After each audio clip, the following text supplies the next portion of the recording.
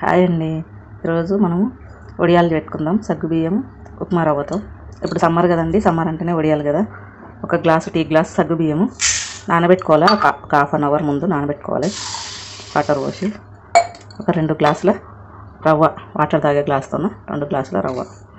ఒక గ్లాసుకు 7 గ్లాసుల వాటర్ పోసుకోవాలి. 7 గ్లాసుకు 3 గ్లాసుల వాటర్ పోసుకోవాలి.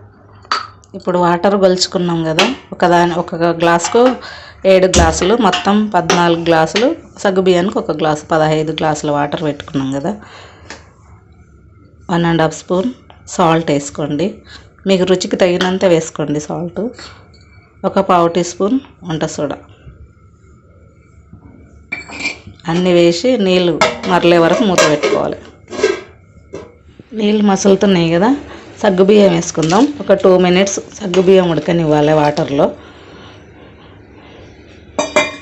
2 నిమిషాలు అయింది కదా. ఇప్పుడు రవ్వ పోసి కలుపుతూ ఉండాలి, ఉండగట్టకుండా.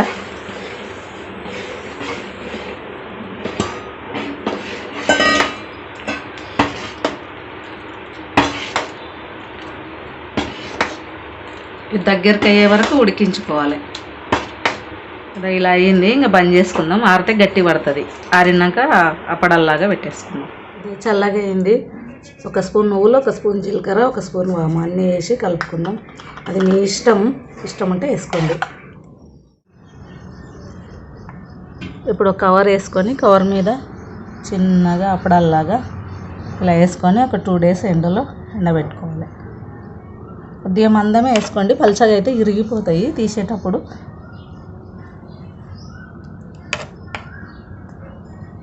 ఎండిన తర్వాత ఇలా ఉన్నాయండి, కరకరామంటాయి. కాల్చిన తర్వాత ఇలా మెత్తగా ఉంటాయి.